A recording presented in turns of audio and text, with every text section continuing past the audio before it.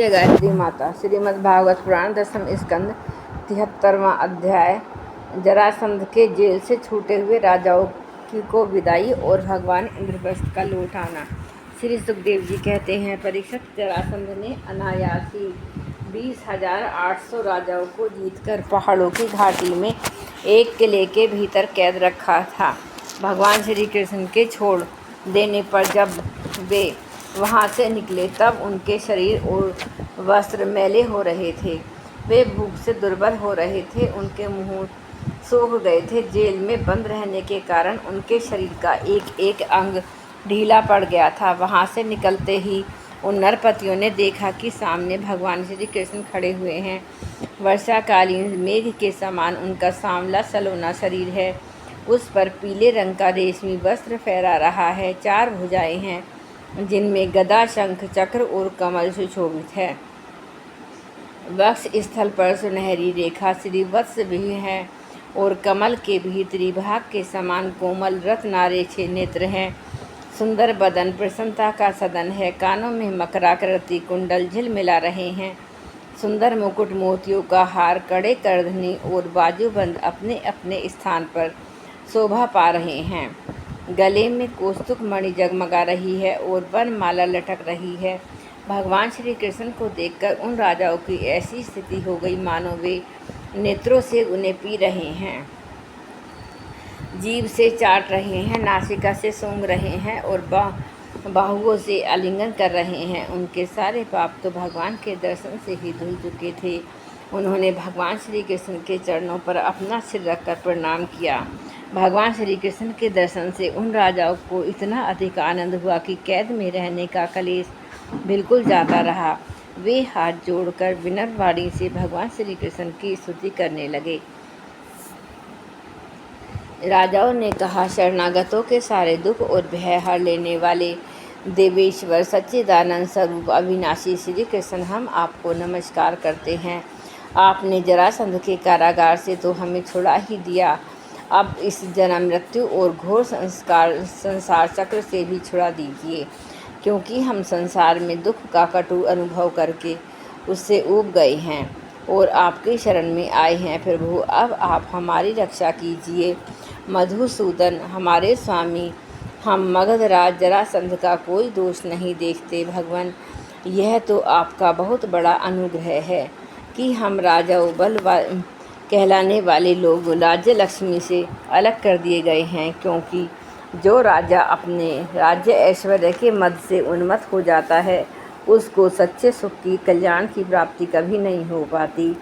वह आपकी माया से मोहित होकर अनित्य संपत्तियों को ही अचल मान बैठता है। जैसे मूर्ख लोग मृग तृष्णा के जल को ही जलाशय मान लेते हैं, वैसे ही इंद्रिय लोलुप और अज्ञानी पुरुष भी इस परिवर्तनशील माया को सत्य वस्तु मान लेते हैं। भगवान, पहले हम लोग धन संपत्ति के नशे में चूर होकर अंधे हो गए थे। इस पृथ्वी को जीत लेने के लिए एक दूसरे की होड़ करते थे और अपने ही प्रजा नाश करते रहते थे। सचमुच हमारा जीवन अत्यंत क्रूरता से भरा हुआ था और हम लोग इतने अधिक मतवाले हो रहे थे कि आप मृत्यु रूप से हमारे सामने खड़े हैं, इस बात भी हम तनिक परवाह नहीं करते थे। सच्चिदानंद स्वरूप श्री कृष्ण, काल की गति बड़ी गहन है। वह इतना बलवान है कि किसी के टाले टलता नहीं, क्योंकि न हो वह आपका शरीर ही तो है और अब उसने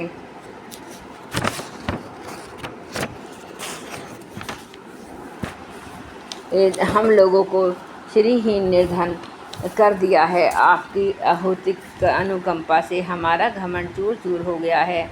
अब हम आपके चरण कमलों का स्मरण करते हैं। विभो, यह शरीर दिनों दिन क्षीण होता जा रहा है। रोगों को तो यह जन्मभूमि ही है। अब हमें इस शरीर से भोगे जाने वाले राज्य की अभिलाषा नहीं है, क्योंकि हम समझ गए कि वह मृग तृष्णा के जल के समान सर्वथा मिथ्या है। यह नहीं, हमें कर्म के फल, स्वर्ग आदि लोगों को भी जो मरने के बाद मिलते हैं, इच्छा नहीं है, क्योंकि हम जानते हैं कि वे निस्सार हैं, केवल सुनने में ही आकर्षक जान पड़ते हैं। अब हमें कृपा करके आप वह उपाय बताइए जिससे आपके चरण कमलों की विस्मृति कभी न हो, सर्वदा स्मृति बनी रहे, चाहे हम संसार की किसी भी योनि में जन्म क्यों न लेना पड़े। प्रणाम करने वालों के कलेश का नाश करने वाले श्री कृष्ण वासुदेव हरि परमात्मा एवं गोविंद के प्रति हमारा बार बार नमस्कार। श्री सुखदेव जी कहते हैं कि परीक्षित कारागार से मुक्त राजाओं ने जब इस प्रकार करुण वरुणालय भगवान श्री कृष्ण की स्तुति की, तब शरणागत रक्षक प्रभु ने बड़ी मधुर वाणी से उनसे कहा। भगवान श्री कृष्ण ने कहा, नरपतियों, तुम लोगों की निश्चय ही सुदृढ़ भक्ति होगी। यह जान लो कि मैं सबका आत्मा और सबका स्वामी हूँ। नरपतियों, तुम लोगों जो निश्चय किया है कि वह सचमुच तुम्हारे लिए बड़े सौभाग्य और आनंद की बात है। तुम लोगों ने मुझसे जो कुछ कहा है वह बिल्कुल ठीक है, क्योंकि मैं देखता हूँ धन संपत्ति और ऐश्वर्य के मद से चूर होकर बहुत से लोग और छंगल और मतवाले हो जाते हैं।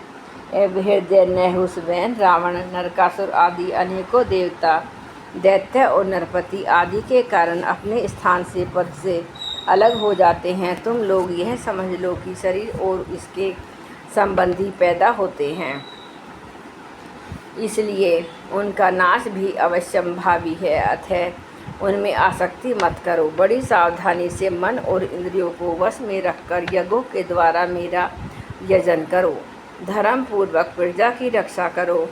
तुम लोग अपने वंश परंपरा की रक्षा के लिए, भोग के लिए नहीं, संतान उत्पन्न करो और प्रारब्ध के अनुसार जन्म, मृत्यु, सुख, दुख, लाभ, हानि जो कुछ भी प्राप्त हो उन्हें समान भाव से मेरा प्रसाद समझकर सेवन करो और अपना चित्त मुझ में लगाकर जीवन चिताओ। देह और देह के संबंधियों से किसी प्रकार की आसक्ति न रखकर उदासीन रहो। अपने आप में, आत्मा में ही रमण करो और भजन तथा आश्रम के योग्य व्रतों का पालन करते रहो। अपना मन भली भांति मुझ में लगाकर अंत में तुम लोग मुझ ब्रह्म स्वरूप ही प्राप्त हो जाओ। श्री सुखदेव जी कहते हैं कि परीक्षित, मुझे तुम भुवनेश्वर भगवान श्री कृष्ण राजाओं को यह आदेश देकर उन्हें स्नान आदि कराने के लिए बहुत से स्त्री पुरुष नियुक्त कर दिए गए। परीक्षित, जरासंध के पुत्र सहदेव से उनको राजोचित वस्त्र, आभूषण, माला, चंदन आदि दिलवाकर उनका खूब सम्मान करवाया। जब वे स्नान करके वस्त्र आभूषणों से सुसज्जित हो चुके, तब भगवान ने उन्हें उत्तम उत्तम पदार्थों का भोजन कराया और पान आदि विविध प्रकार के रजोचित भोग दिलवाए। भगवान श्री कृष्ण ने इस प्रकार उन बंदी राजाओं को सम्मानित किया। अब वे समस्त कलेशों से छुटकारा पाकर कानों में झिलमिलाते हुए सुंदर सुंदर कुंडल पहनकर ऐसे शोभायमान हुए जैसे वर्षा ऋतु का अंत हो जाने पर तारे। फिर भगवान श्री कृष्ण ने उन्हें स्वर्ण और मणियों से भूषित एवं घोड़ों से युक्त रथों पर चढ़ाया, मधुर वाणी से तृप्त किया और फिर उन्हें उनके देशों को भेज दिया। इस प्रकार उदार शिरोमणि भगवान श्री कृष्ण ने उन राजाओं को महान कष्ट से मुक्त किया। अब वे जगतपति भगवान श्री कृष्ण के रूप, गुण और लीलाओं का चिंतन करते और अपनी अपनी राजधानी को चले गए। वहां जाकर उन लोगों ने अपनी अपनी प्रजा को परम पुरुष भगवान श्री कृष्ण की अद्भुत कृपा और लीला कह सुनाई और फिर बड़े सावधानी से भगवान की आज्ञा अनुसार वे अपना जीवन व्यतीत करने लगे। परीक्षित, इस प्रकार भगवान श्री कृष्ण भीमसेन के द्वारा जरासंध का वध करवाकर भीमसेन और अर्जुन के साथ जरासंध नंदन सहदेव से सम्मानित होकर इंद्रप्रस्थ के लिए चले गए। इन विजयी वीरों ने इंद्रप्रस्थ के पास पहुंचकर अपने अपने शंख बजाए, जिससे उनके इष्ट मित्रों को सुख और शत्रुओं का बड़ा दुख हुआ। इंद्रप्रस्थ निवासियों का मन उससे शंख ध्वनियों को सुनकर खिल उठा। उन्हें समझ लिया कि जरासंध मर गया और अब राजा युधिष्ठिर राजसूय यज्ञ करने का संकल्प एक प्रकार से पूरा हो गया। भीमसेन, अर्जुन और भगवान श्री कृष्ण ने राजा युधिष्ठिर की वंदना की और वह सब कृत्य कह सुनाया जो उन्हें जरासंध के वध के लिए करना पड़ा था। धर्मराज युधिष्ठिर भगवान श्री कृष्ण के इस परम अनुग्रह की बात सुनकर प्रेम से भर गए। उनके नेत्रों से आनंद के आंसुओं की बूंदें टपकने लगी और वे उससे कुछ भी ना कह सके। जय गुरुदेव, जय गायत्री माता।